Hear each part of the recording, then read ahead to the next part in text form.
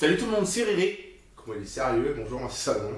Ouais, je suis un peu comme ça, tout le temps de nature. Grave. Mais bon, c'est pas grave, on va commencer directement à rentrer dans le sujet. Donc l'intérêt de s'entraîner avec un autre pratiquant, un pratiquant d'un autre style. Donc,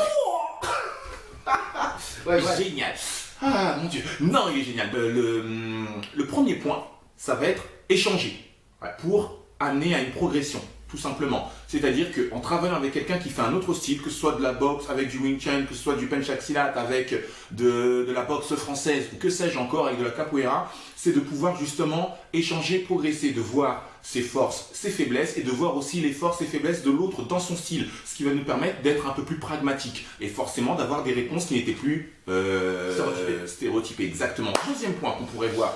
Bah écoute, je pense que ça aussi, ça permet de maintenir la motivation dans son art martial, parce qu'au bout d'un moment, on a un peu l'impression de tourner en La rond, routine. on a quelques années de pratique. Exactement. Voilà, on va toujours avec Jean-Jacques, et on connaît un peu toujours ses mêmes points, etc. Le jeu, c'est la maison. Et au bout d'un moment, on a l'impression de tourner vraiment en rond. Et le fait de rencontrer quelqu'un, ça nous permet de se dire, je me suis fait rincer, ou sinon j'ai réussi à... J'ai toujours à apprendre, Exactement. et persévérer dans ce que je fais, exact. Et donc du coup, quand tu reviens dans ton dojo, dans ton kun ou autre, du coup, tu retrouves une motivation par rapport à ton propre style, en disant, voilà, faut que je développe ça, je n'avais pas vu que ça, c'était un point faible que j'avais, ou quelque chose que...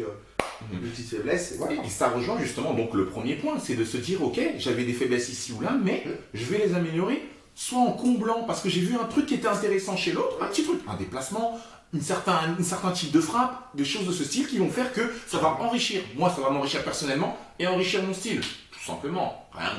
Rien de plus. Oui, puis ça te rend aussi, comme tu as dit tout à l'heure, beaucoup plus pragmatique. Et exactement. Voilà. Le but, comme on disait, c'est pas de rester dans son couloir. On a le droit de vagabonder un petit peu à droite et à gauche pour s'en sortir aussi. Après, ce que je trouve important, c'est justement, c'est que ça permet aussi quelque part de développer son propre style au sein de son style généraliste. Exactement. Voilà, on est unique, on est des individus, on n'est pas un groupe. Seulement quand on s'entraîne, nous sommes un groupe, mais le Marcel, il est en interne, c'est pour nous, tout simplement. Le troisième point qu'on a. Bah écoute, moi je trouve que c'est bien de connaître un peu les différents arts martiaux, un pour sa culture, mais surtout pour identifier ce que l'autre est capable de nous sortir. Exactement. Si on ne connaît pas, ça va être difficile de trouver les réponses adaptées le jour J ou à l'instant T. Oui, On va être surpris. Donc c'est pour ça qu'il ne faut pas dormir sur son truc, je fais que du karaté, je ne fais que du Wing Chun, je ne fais que du judo. Non, il y a tout autre style qu'il faut voir et développer. Ah bah totalement, parce que moi par exemple je rentre comme on dit, un craveux, quelqu'un qui pratique le Krav Maga, je vais faire attention à mon triangle génital par exemple, et un judoka, j'ai pas envie qu'il m'approche, parce que sinon je vais voler en version plancher japonaise quoi. Tout à fait. Donc voilà, je pense que ces 3 points sont vraiment assez essentiels. Ouais, les 3 points sont vraiment essentiels.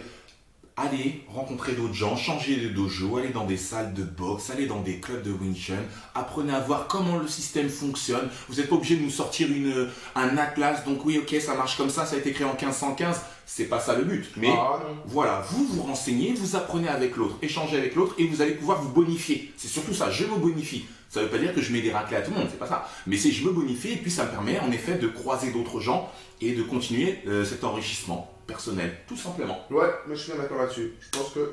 On a fait le tour. On a fait le tour.